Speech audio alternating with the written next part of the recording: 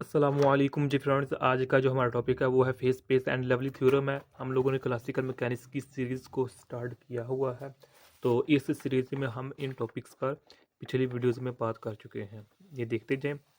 तो आज की जो हमारे पास वीडियो है वो वीडियो नंबर 20 है। इसका डी पार्ट है face space and lovely theorem, या इसको लवली थ्योरम स्टडी करते हैं। तो आइए इसको स्टार्ट करते हैं। बिस्मिल्लाहिर्रहमानिर्रहीम, सल्लल्लाहु अला मुहम्मद सल्लल्लाहु अलैहि वसल्लम।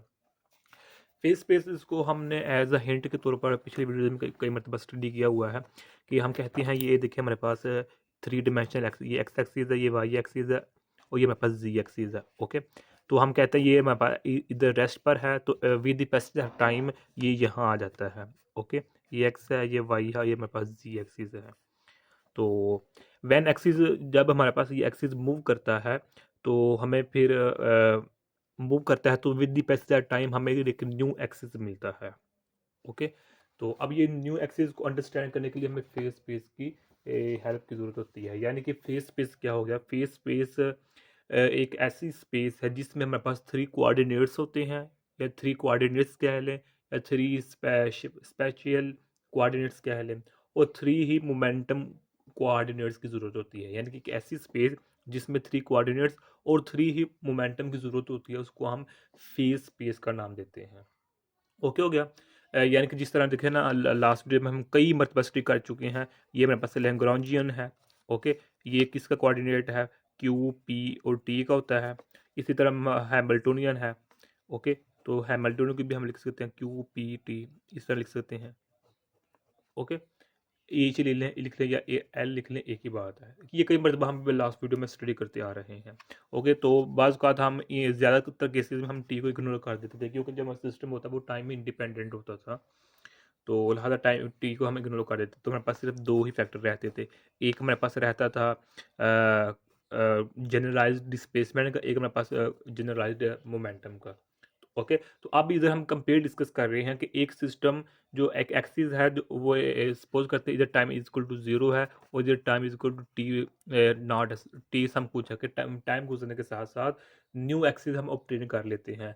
तो एक ऐसी स्पेस जिसमें 3 ही कोऑर्डिनेट्स हों, 3 ही मोमेंटम हो, मोमेंटम कोऑर्डिनेट्स हो, तो उस स्पेस को हम फेस स्पेस का नाम देते हैं।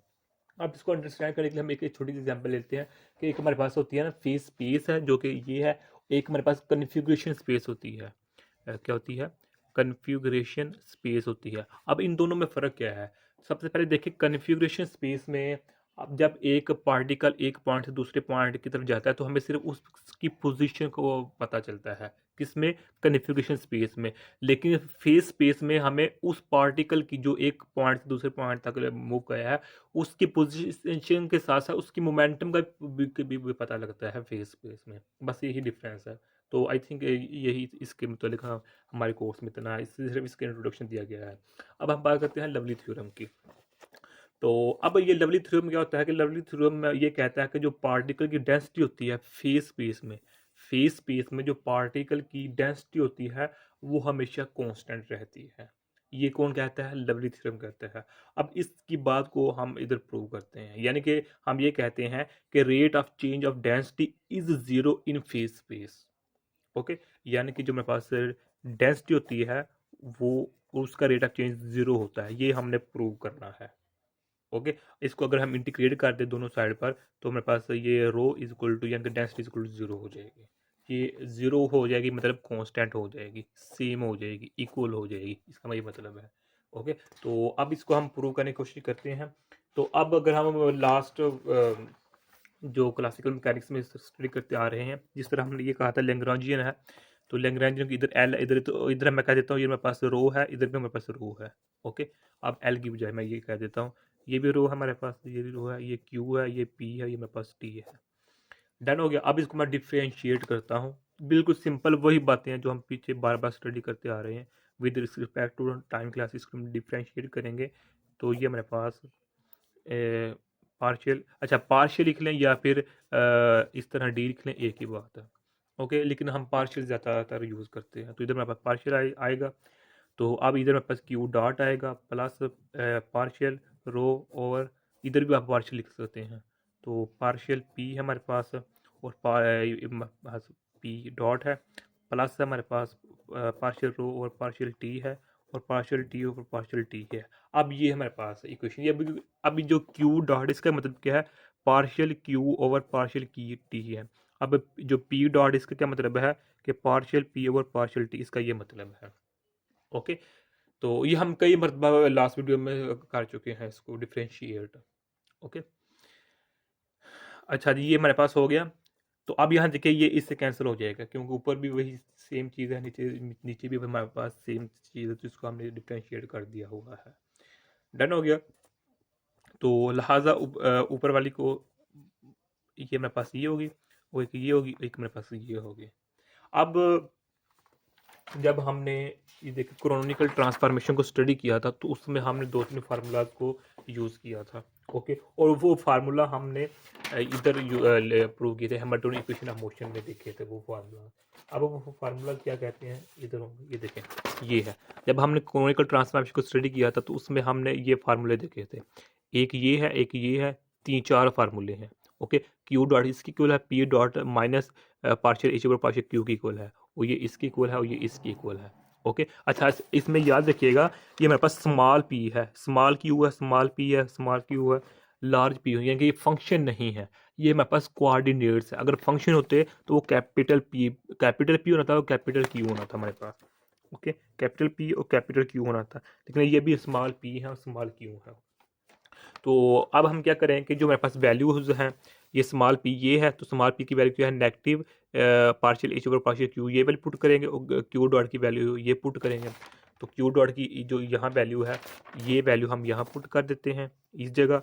जो पी डॉट की वैल्यू है, ये वाली वो हम यहाँ पुट करेंगे, तो ये माइनस है, तो जमा नफी नफी इधर आ जाएगा, तो ये मेरे पास वैसे का वैसे ही आ जाएगा। अब इसको हम लिखते हैं, तो ये मेरे पास partial rho over partial Q dot, अब इसके हम वैल्यू लिखने लगे हैं, पार्शियल पी, इसकी वैल्यू इसके इक्वल है।